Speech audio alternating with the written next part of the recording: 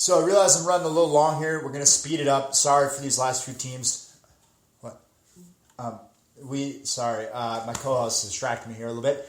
CeeDee Lamb, obviously round 3 for Bailey. Everybody wanted CeeDee Lamb. I think he's going to have a huge year.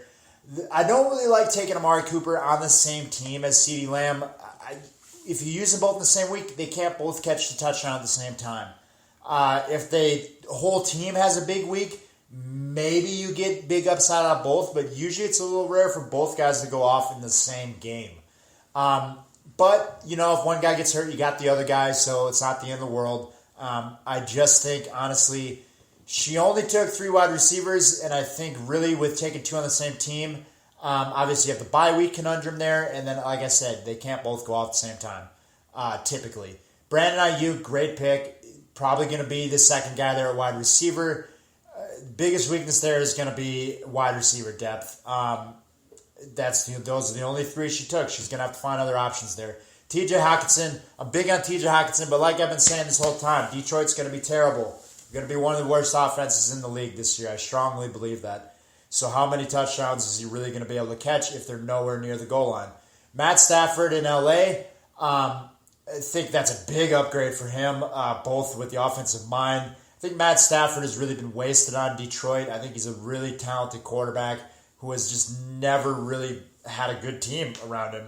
He's obviously had some good pass catchers, Calvin Johnson, Kenny Galladay, Marvin Jones. But what is he going to look like when he has like a really solid defense, solid offensive mind in Sean McVay?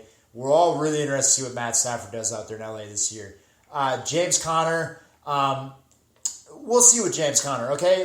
There was a year where he was great with the Pittsburgh, but it really hasn't been the same James Conner since then. Struggled staying healthy, struggles carrying a full workload. Obviously, he's going to be the second guy there behind Chase Edmonds. But Chase Edmonds never had a full workload either. So I think we're going to see James Conner getting used. I think James Conner is going to be the goal line guy, so he's going to have some touchdown value there.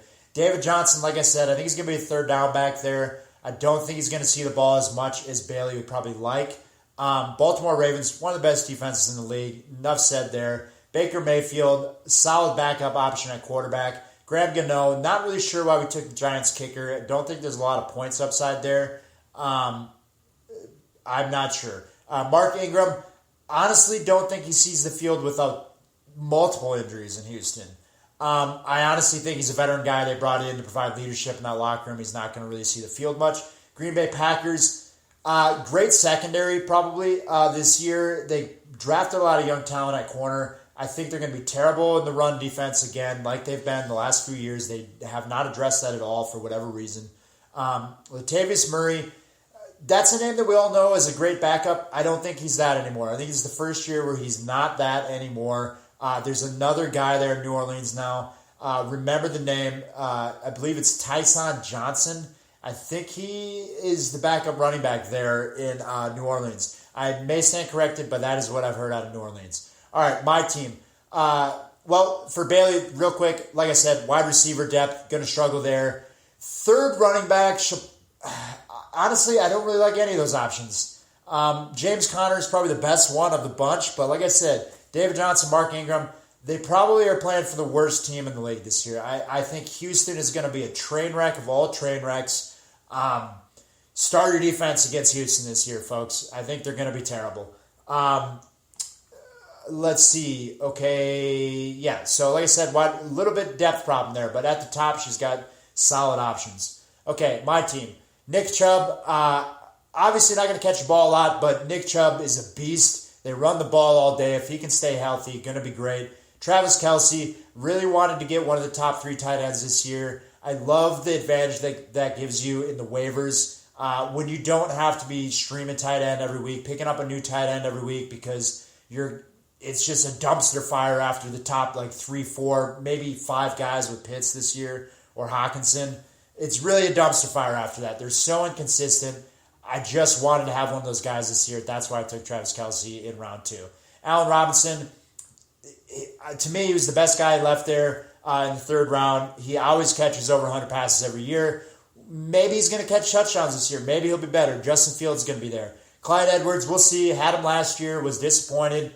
it's the Chiefs, okay? That's why I drafted him. It's the Chiefs. It's Andy Reid. His running backs are always relevant. We'll see if Clyde can do it in year 2.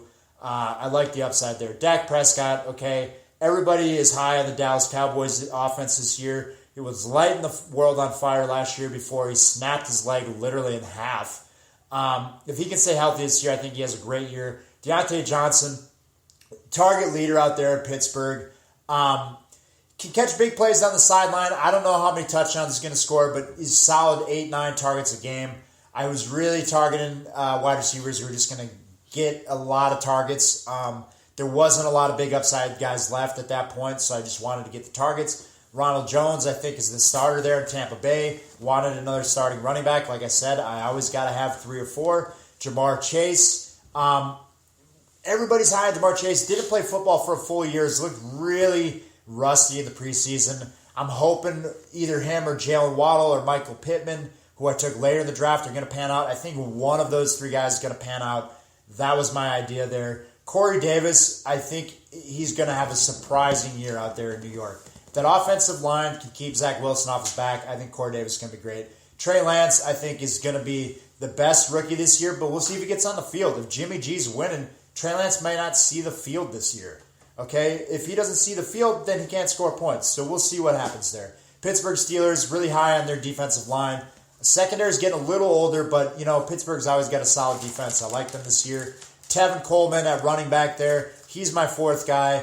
It was a depth choice. I don't really like Tevin Coleman, but he's going to be the starting running back there from the jump. Matt Gay. I honestly just want to take him because it's Matt Gay. But LA Rams, they're going to score some points. I always like having a kicker on a team that the offense is going to score points, obviously, because if the team's scoring points, he's scoring points. Not a brain buster there. My team, I think we have a solid foundation to start. I'm not superstar heavy though. Once we get past Chubb, Kelsey, Robinson, Dak, okay, my guys down the list there. There's solid depth guys, but I'm not like, oh my God, this guy's going to light the world on fire. We'll see. I hope so. I like my team depth-wise, but we'll see how explosive it can be. Jake Strozzi, Team 11. Antonio Gibson, Najee Harris. I love Antonio Gibson.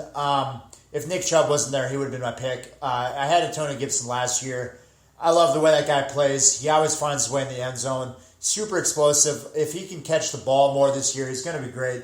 Najee Harris in Pittsburgh. Pittsburgh loves to have one running back. I think Najee's going to be great. He's a monster, super good pass catcher.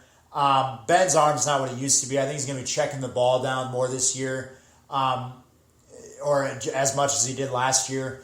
Adam Thielen, touchdown scorer, getting a little old to be your wide receiver 1, but if he can score the touchdowns, he's going to be fine.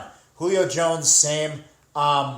Not sure why he has Atlanta on his tag still. That's an oversight on the draft board group here. But obviously in Tennessee there, Julio is going to be great as a wide receiver too. I think A.J. Brown's still the top dog there. But like I said, who are you going to double? If they double A.J. Brown, I think Julio's going to do just fine. Julio in single coverage is a nightmare, even with him being, 32, 33 years old. Aaron Rodgers at quarterback, MVP last year. I don't think he scores as many touchdowns as he did last year. Because, usually there's always regression. When's the last time you saw a quarterback repeat MVP 2 years in a row? There's so much variance in the NFL. I doubt we see him have the same year that he had last year, but I think he's going to be great. It's Aaron Rodgers. Come on. Like I said, the offensive line is going to struggle out the gate, though, so don't be surprised if he's a little weak in the first few weeks. Mark Andrews at tight end, big upside. For touchdowns, obviously, how consistent is Lamar Jackson going to be this year? We'll see. He wasn't that consistent about half the year last year. Turn it on later in the year. We'll see. DJ Shark, obviously super athletic wide receiver. Who's going to be the guy there in Jacksonville? There's 3 guys that could be the guy. Could be Shark, could be Marvin Jones. I honestly think it's going to be Laviska, but we'll see. Leonard Fournette there. Obviously, we saw what he did in the playoffs last year. If we saw what Bruce Arians did last year with Ronald Jones. If Ronald Jones puts the ball on the ground once, he's coming right out. Leonard Fournette's in there. He might even steal the job from him at some point if he's playing better. We'll see. Could be a great running back there. Dallas Goddard, not sure, again, why we're taking 2 tight ends. Doesn't make a lot of sense. Zach Ertz is still there. If Zach Ertz was gone, Dallas Goddard would be great, but I think there's too many mouths to feed there. Inconsistency at quarterback, new coaching staff, too many questions. I don't like Philly this year. Tampa Bay Bucks, great defense. We all saw how good they were last year. Defense changes a lot year over year, but I think the Bucks are going to be good. Who knows, though? They could get old fast. They do have some old guys up front. We'll see.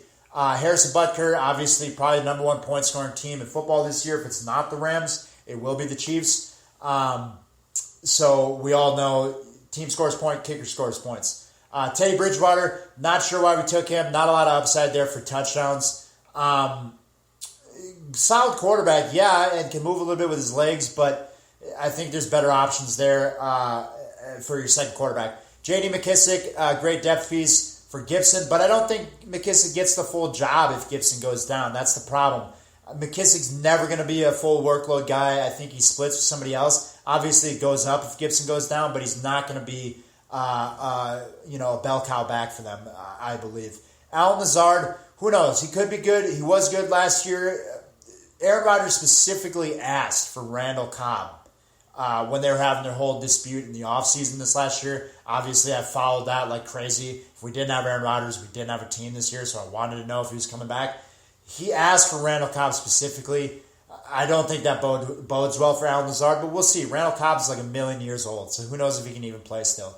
Tyrell Williams, super explosive wide receiver. His can't stay healthy. I don't even know if he's... One of those guys got cut, actually. I think it might have been Brashad Perriman, but we'll see. I don't even know if Tyrell's still on the team. I think it might have been Brashad Perriman, though. Anyway, Strozzi, a little bit, again, depth. Depth is everything in fantasy football. Everybody gets hurt. To my mind, 2 starting running backs is not enough. Leonard Fournette, like I said, could take over the job, but he's not the starter right now. I think it's Ronald Jones.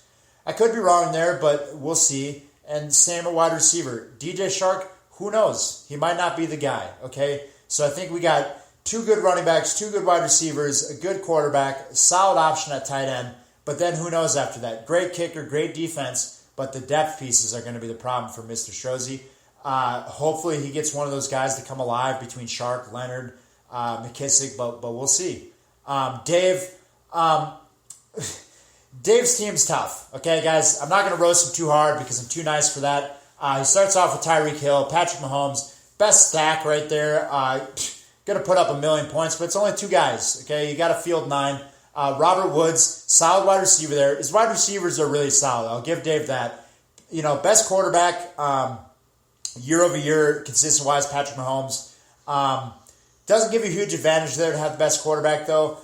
3 solid wide receivers in Claypool, Woods, Hill. J.K. Dobbins obviously out for the season.